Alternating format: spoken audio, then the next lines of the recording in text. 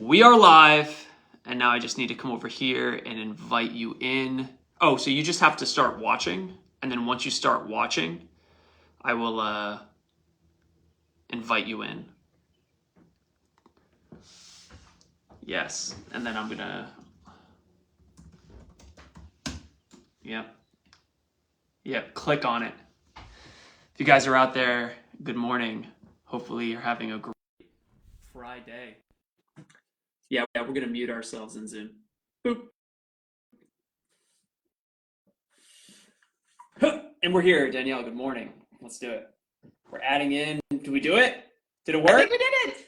Let's go. Technology, yay. I love it. Wait, is it, you can hear me okay? I can hear you. Can you hear me? I can hear you. It's a little quiet though. Let me bring you to my headset.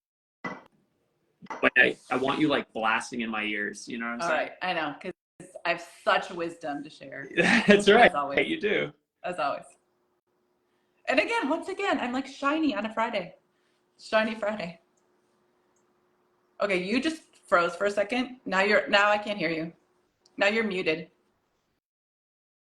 I know we're live. Hi, people. We're technology. We're figuring it out. We got it. We're good. We're good. All right.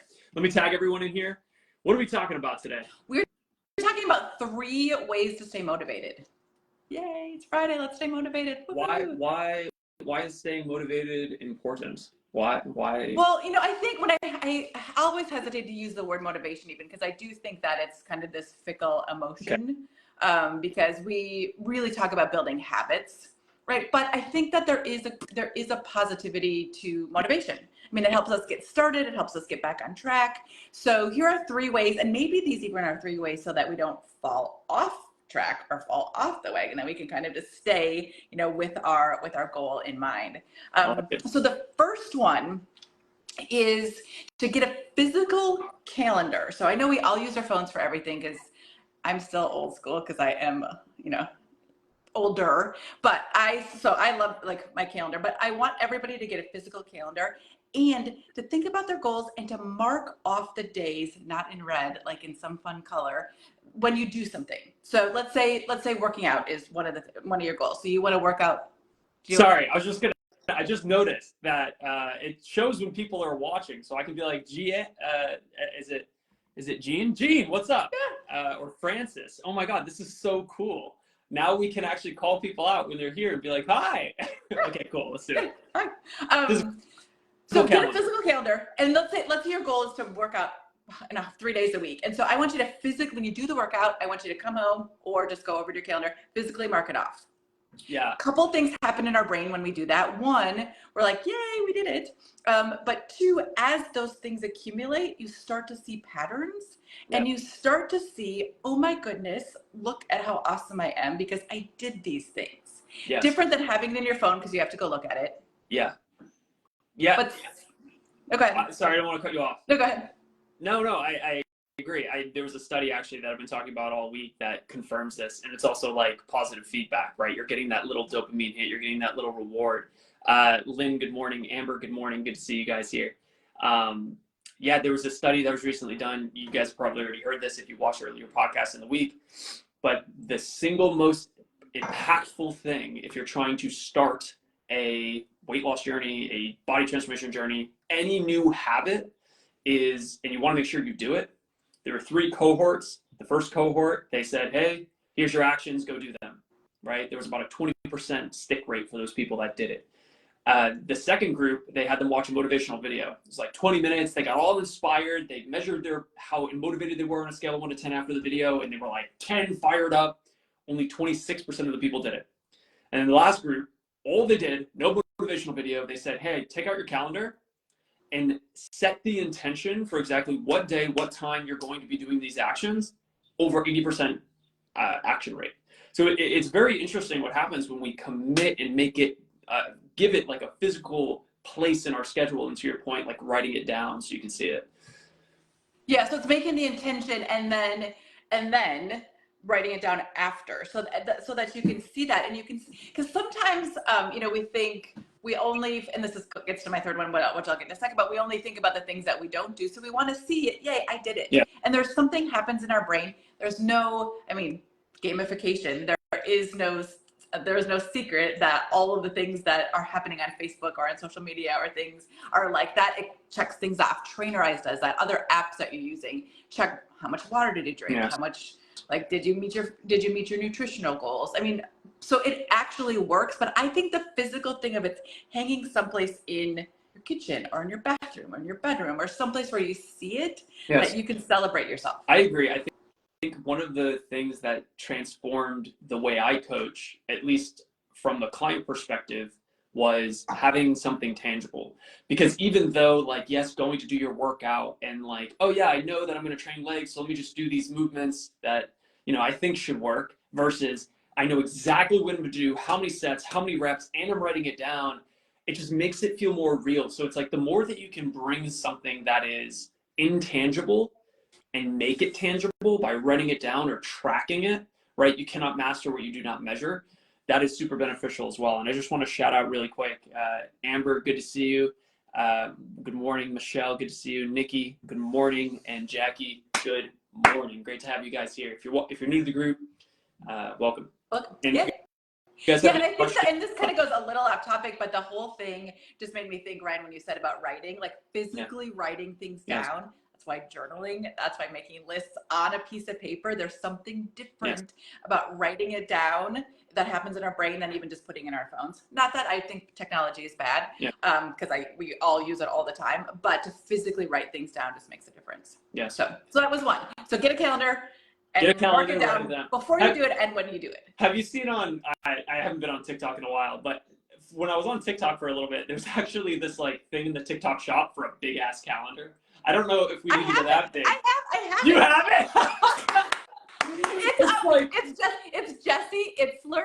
Yeah. So Sarah Blake, okay, the women in here are gonna know Sarah Blakely, who made Spanx. Okay. So Sarah Blakely's husband, Jesse Itzler, has done he's an amazing guy in and of himself, but he made it. It's called the Big Ass Calendar. I have it and I love it. And it has 365 days of like things, and you put and it comes with little stickers. So you put little stickers on, and they color code your stickers. Like, this is my fun stuff. This is something that I'm doing for my physical self. This is something I'm doing for my mental self. I mean, that's cool. Yeah. I'll take a picture of it and show you guys. I was gonna say, bring us let's go. Tasha, good morning. It's funny. Cool. That is super funny. What's number 2? Okay, number 2 is, and so these are kind of all random, but number 2 is there are 3 types of people you need in your life in order to stay on track. So 3 people. The first person is someone who you call that is going to listen to you when you fall off track. Who's just going to listen, who's going to be there to empathize, who's going to be there to really care about you. So you need that person. Then you need a second person, could be the same, but probably not, that you're going to call and is going to say, all right, you need to get back on track. So it's going to hold you accountable. It's going to be that person to be like, okay, heard your excuse. I don't really, whatever, but you're getting back on track and you're just doing the thing, right? So you have somebody that's empathizing and caring for you. You have someone that's getting you or helping you stay or get back on track. Yeah. And then the third person is the one that you call and they're like, okay, when are we going to go do it? So the third person is the person that you do it with. Interesting.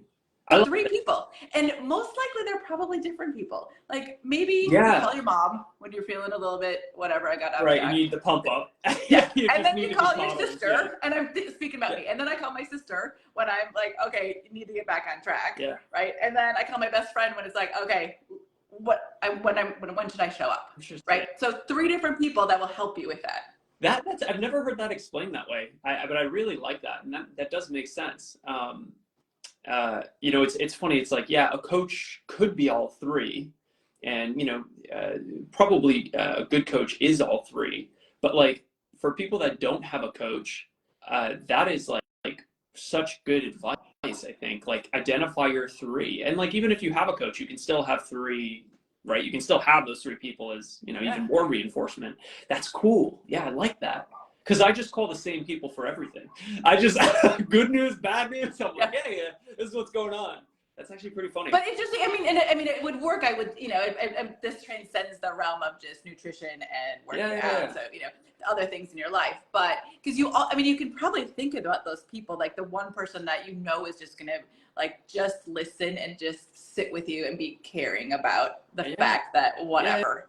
And then the person that is going to be like, I don't really care what your excuse is. You are just going to go do it. Right. And then the third person that jumps in the car and is like, okay, let's go. Let's Yeah. go. That's really cool. Okay. Jackie, Ashley, Shayna, good morning. Good to see you guys here. Sarah, good to see you guys here as well.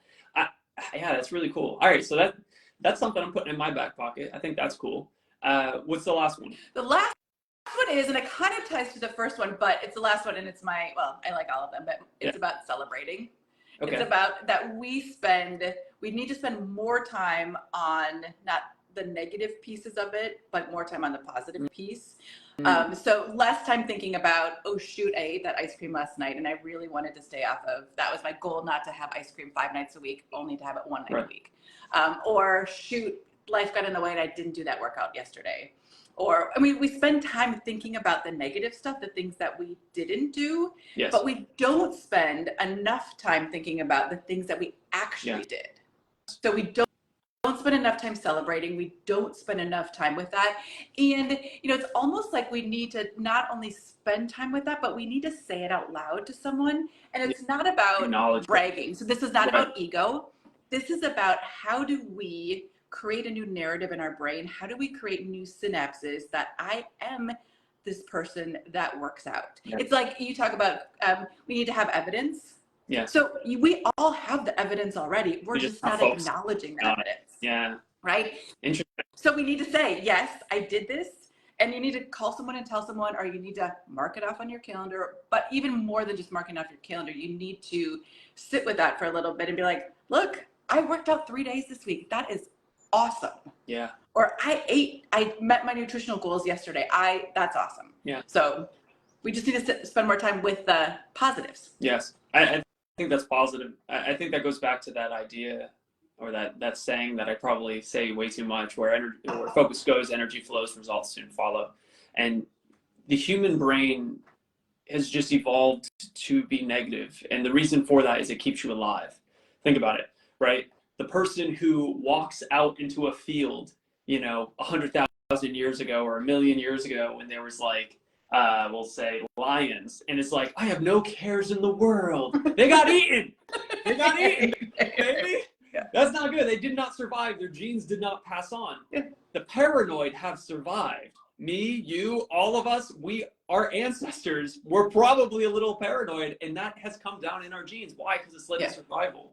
Now, we have to restructure that. We have to be the ones that are in control and say, okay, well, I know naturally I'm going to go towards the negative, but what can I do to reinforce the positive? And the good news is this: what you reinforce and what you focus on is what you feel, and it's what you, I will say, get over time. There's this book called Habits of a Happy Brain by Dr. Okay, I need to write this down. I do not have a pencil right next to me. Dr. Habits of a Healthy Brain. Okay. I emailed her back and forth a few times because she was telling me about a new book that she was a new book she's writing, and we had some good conversation. It was only a few emails, but she talks about how just when you are trying to create a new habit, obviously we're going towards pleasure and away from pain, but think of it almost like like you're going on a new trail, right? We have synapses in our brain, and when you're going down a new trail, when you're going down what would be a new trail, but there is no trail, it's hard to move down, and you have to use a machete and you have to chop down a bunch of crap. That's what it's like when you're trying to create a new habit. It's doesn't flow. But one of the things she goes into with the book is the more that you go down the same path, the more it gets easier to walk down. And that's how the synapses in our brain work. When we're children, it works very fast and effective and strong to the point where they're like chemical superhighways.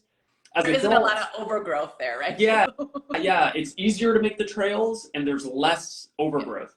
Whereas when we're adults, it's harder to do, but still very possible to create new pathways. And these pathways essentially make it easier to achieve habits and to be able to experience good feelings from the habits, which are interesting.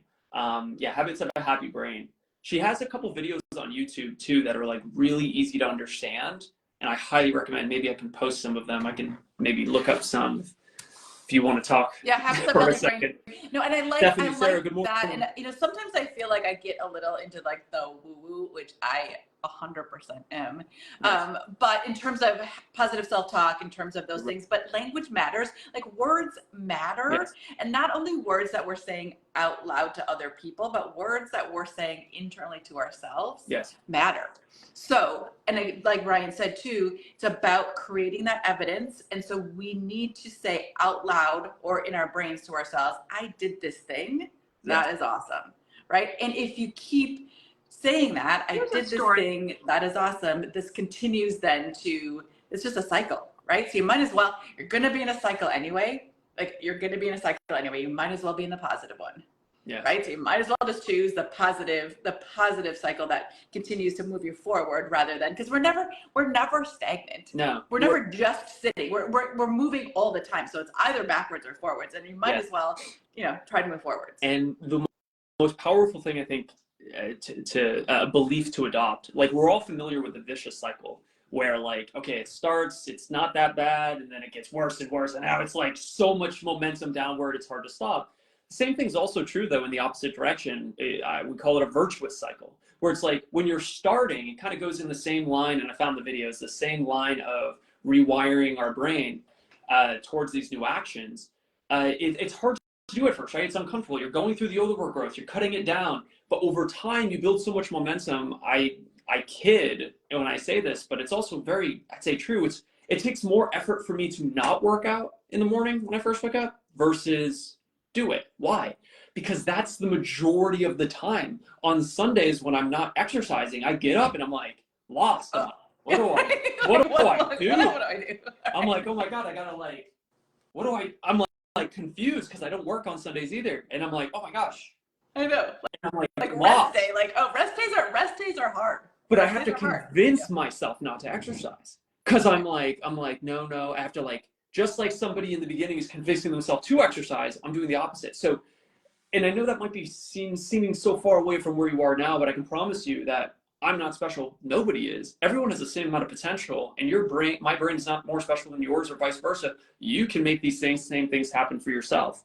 I've heard some of my clients, Ryan, say that they now, where before it was an effort to think about working out, and now they are excited about it. Yeah. Because before, so they put it in, because one of the things that I talk to my clients about at the beginning is what are your stress relief habits, because we all need them. It's a lot of times they're food, and so we need to like figure out what are we going to do besides eating. Yeah.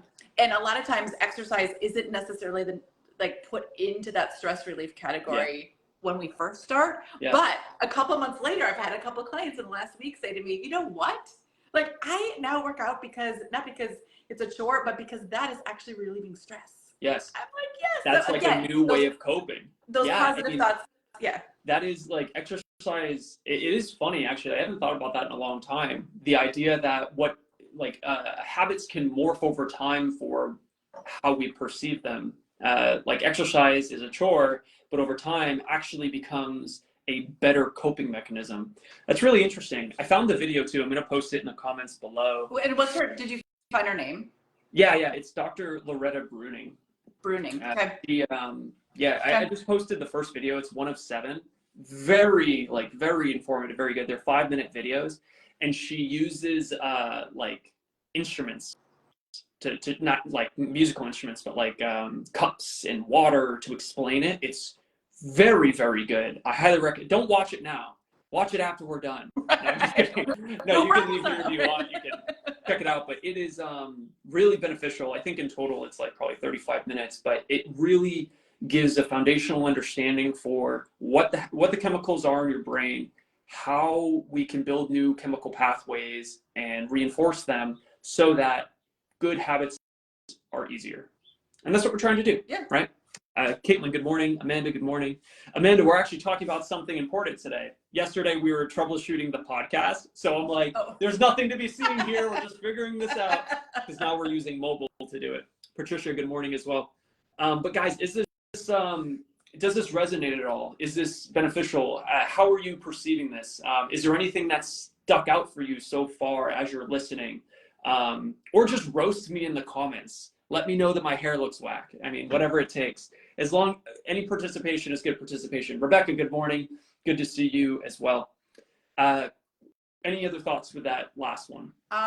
No. I mean, like, but it is something that, and I don't know, it's maybe a cultural thing as well, but we just don't spend enough time celebrating. I mean, one of the things that I was thinking about too is that, when we lose, we spend a lot of time crying when we lose, but we spend like a day celebrating when we win. So that we need to make sure that we are at least equaling those out, if not gearing more towards, just let the losses go, let go of that, and really spend time rewiring our brains, thinking about the successes. And everybody has them. Everybody has them. Sometimes it's harder to see them. Sometimes you do need somebody else to help like point them out right away. But everybody has some success almost every day. We just do, or else we would be dead. Like we have successes. So. And like, just so everyone's on the same page too, we're not celebrating success just because you feel good, but it actually doesn't change anything. There's three things, and I think it was Tony Robbins that popularized this. We have our story, our strategy, and our state. And you can have the best strategy in the world. Think about eating in a caloric deficit, how you're going to work out, what the sets of reps are going to be, but that's actually the least important thing.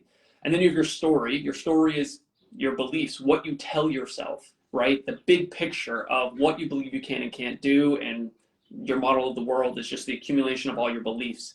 And then you have your state, and your state is how you feel in the moment. You can have, the best strategy in the world, but if your story is, well, I'm old and it's never worked before, so it's not going to work for me, my body's different. Well, you can have the best strategy in the world, but you won't do it.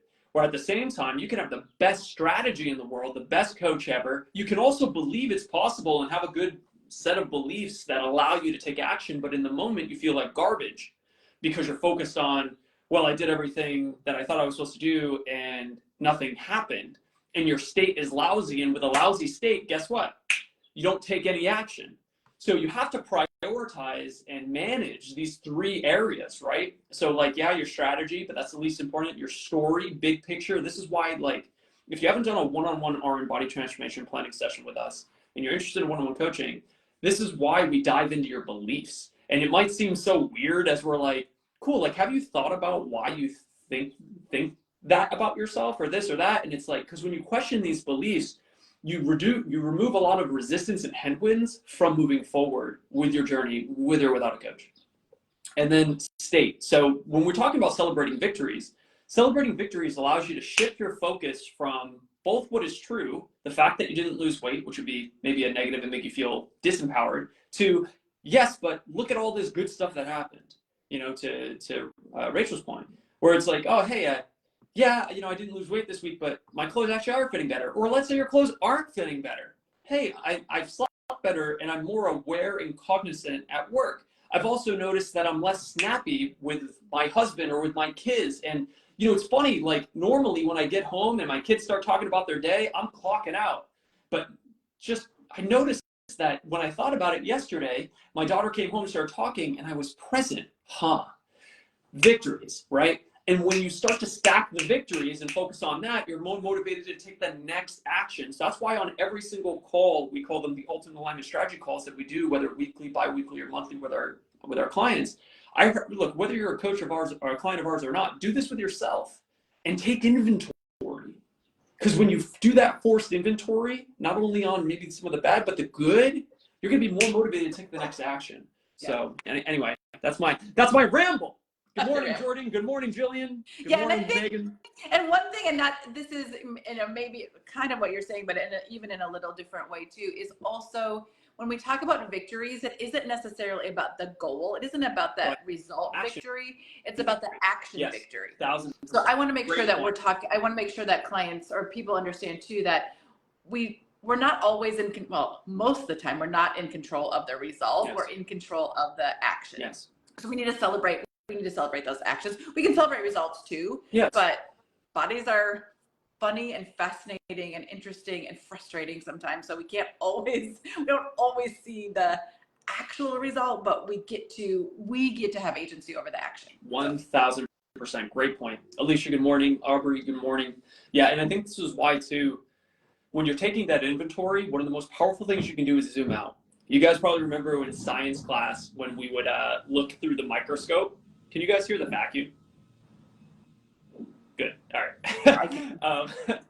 So when you probably remember science class, you were looking at looking through the microscope, and what would happen? You had to adjust it, because if you go too close, you just see nothing, or but if you go too far away, you don't see enough. Yeah. And you have to kind of get in close enough. And the same thing tends to happen when we look at ourselves and take inventory. The challenge is usually we're too zoomed in. And the more zoomed in you are, the more emotionally reactive that we tend to be for the process, and that's what stops us. Here's an example.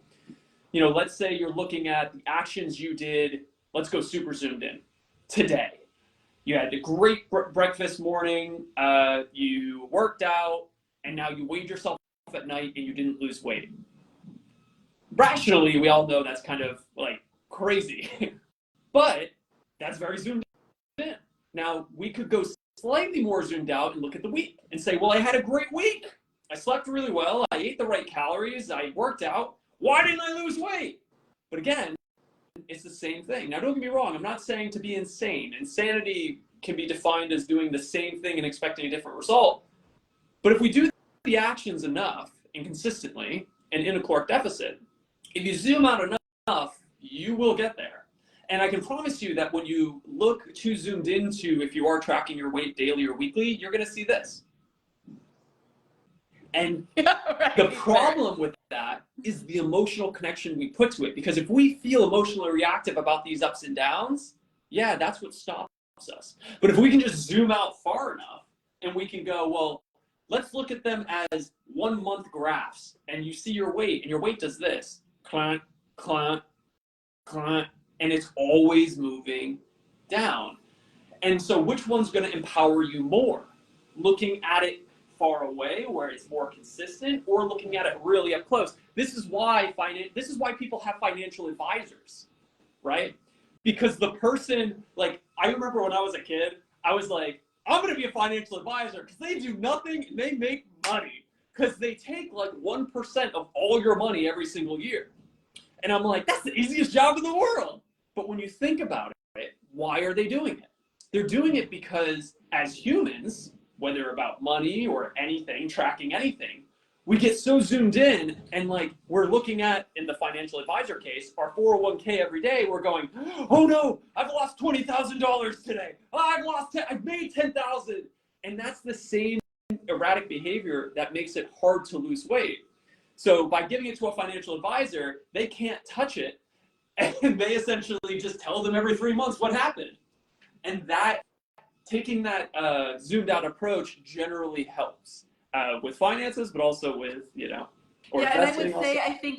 I think, two things about that. One, that's why it's nice to have, going back to the second one, somebody that, whether it's a coach or just a friend or somebody else, somebody that will help you do that. Yes. Because in a little bit different, I mean, kind of on the same veins, but a little bit different than the financial piece of it, is that you have to do both. You have to be in the micro and in the macro at the same time, because you have to be in the micro to make the decisions, to drink your water, to eat in a caloric deficit, to work out, right? So that is the challenge that's the challenge with health, right? Is that you have to be both in the micro and in the macro at the same time. So it is challenging. So for those of you who are going through that, it is a challenge.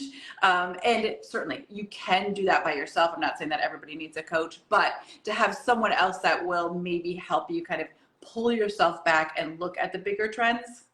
It could be the number two person that I was just going to say, and that goes back to like the second thing. Yeah, as far as like having someone to celebrate with, having someone to essentially coddle you, and having someone that, kind of checks you, get you back on track. Yeah, and just is objective about it. Yes. It's hard to be objective about yourself when you are doing the hard work. Especially when we have emotions. It's hard to be accurate when we have emotions, right? Because like everyone wants to believe like that they are, I do. I want to believe I'm rational, but our limbic system is closer to our brainstem, and the closer the layers of our brain are to our brainstem, the more impact they have over us. They're in control first. If you don't believe me, right, really quick, there's 3 layers to your brain. You have your brain stem or your reptilian brain. You have your emotional brain or your limbic system is layer 2. Layer 3 is your neocortex. It's your reasoning center. Now, everyone wants to believe that the reasoning center is them. It's not true. And how do I know this? Well, if I go up to you in the street and I do this really fast, you can't not flinch, right? And if I go, okay, now I'm gonna do it, don't flinch, and you're like, and I do it, you're gonna flinch in real life. Why? Because you can't turn that off. The same way if I say, stop your heartbeat, go, stop it. You can't. Why? These are autonomic. You cannot change them. They are you more than you are, right? And at the layer above that, you have your emotional systems, right? And this is your limbic system. This is like your feelings, right? This is why a lot of times something happens, even if you don't rationally make the decision, but somebody says something and you feel it, you can't turn that off. You can't turn off the feeling that you have, but you can make a different choice. And that's the rational reasoning center. Yeah. So with all this in mind, I forgot why I brought that up. Because we were talking about that it's hard to, that you can't be in the, it's hard to be in the micro. It's hard to, actually judge a situation versus micro and macro. So it's like, it's really hard to be the subject and be correct with analyzing a situation. This is why there are peer-reviewed studies, right? Because the person who's conducting the study has an emotional pull towards they want it to work. So of course, if they're the ones who are like, of course this is ethical, like this is true. But it's peer-reviewed so that other people that have no emotional pull towards it can go like, oh, this sucks. Or it's hard to say your own. Did you think about this or did you think about that? Or did you actually look at this piece of it in a different way? So this is also why we do client surveys, right? Because of course I'm the owner of the company, right? And it's like, I'm over here, a high on my own supply. I'm like, yeah, of course we're the best, coaches ever. But like the clients will tell us, and right now we're averaging 4.5 or 4.7 satisfaction out of 5, which is like really good. But at the same time, we got to do our April survey. But still, like, it's easy to, when you're the subject, think like, oh, things are too good or too bad. It's good to get that objective view. And I will say too, you mean I'm not the best coach in the world? Is that what you're telling me? Yeah, that's what I'm saying. No, you're better than me. Tasha, Caleb, Alinda, Megan, good morning. Let me know, guys, does this resonate? Like, drop a comment. Let me know, does this resonate? What part resonates? I know there's about 11 of you watching. Just kind of curious where you'd like to see this conversation go. Sarah says 7 minutes. Oh, this was 7 minutes ago. Sarah said no. I don't know what she said no to. Gloria said, hey, Gloria, good morning. Lisa, good morning as well. But yeah, does this resonate? Or are we too high at our own Hopefully supply? that wasn't the question that Sarah was answering, but maybe. It's good. Lisa, Richard, good morning. Yeah, no, that's all I have. Again, just to reiterate, going back to the 3 things. 1, having that physical calendar. So we're talking about motivation. Like, how do you stay on track or not get off track? Have that physical calendar. Find the Sarah says, I can't hear your vacuum. That's what she's talking about. Okay. That's funny. So having your physical calendar. Find the 3 people. Find your 3 people. So the 1, somebody who will listen, somebody who will actually empathize, somebody who will push you, be objective with you, and then the person that will do it with you. And we got balloons for some reason. See, that is what I was talking about before. I don't know. Look at that! That's so cool. But that's so weird. It happens to me at random times that No. So it's all about the do but that. I did that before. No balloons now. Well, you did. I don't know. I don't know what I did for this. I love it. Oh my God, this is so much better. Okay, now the 3rd thing. Now you can do that again. The 3rd thing was to celebrate your wins. This is awesome. Diane, good morning. Okay, yeah, Sarah. As we crack our own selves up, like at the end of this podcast, we're clearly just entertaining ourselves. So. I love it. Tasha says, zooming out is my favorite tip of the day. I love it. Tasha, what do you feel like right now? what is the area you feel like you need the most zooming out with? Is it like exercise, nutrition? What is the part that you feel too zoomed in at? I'd be curious to know. Diane, good morning. Kimberly, good morning. Yeah, it's very interesting. We talked about a lot of stuff today, and we could probably keep talking, but we can leave it here, or if somebody has a question, something we've talked about, maybe a takeaway, we can talk about that for another couple minutes, and then we'll go from there.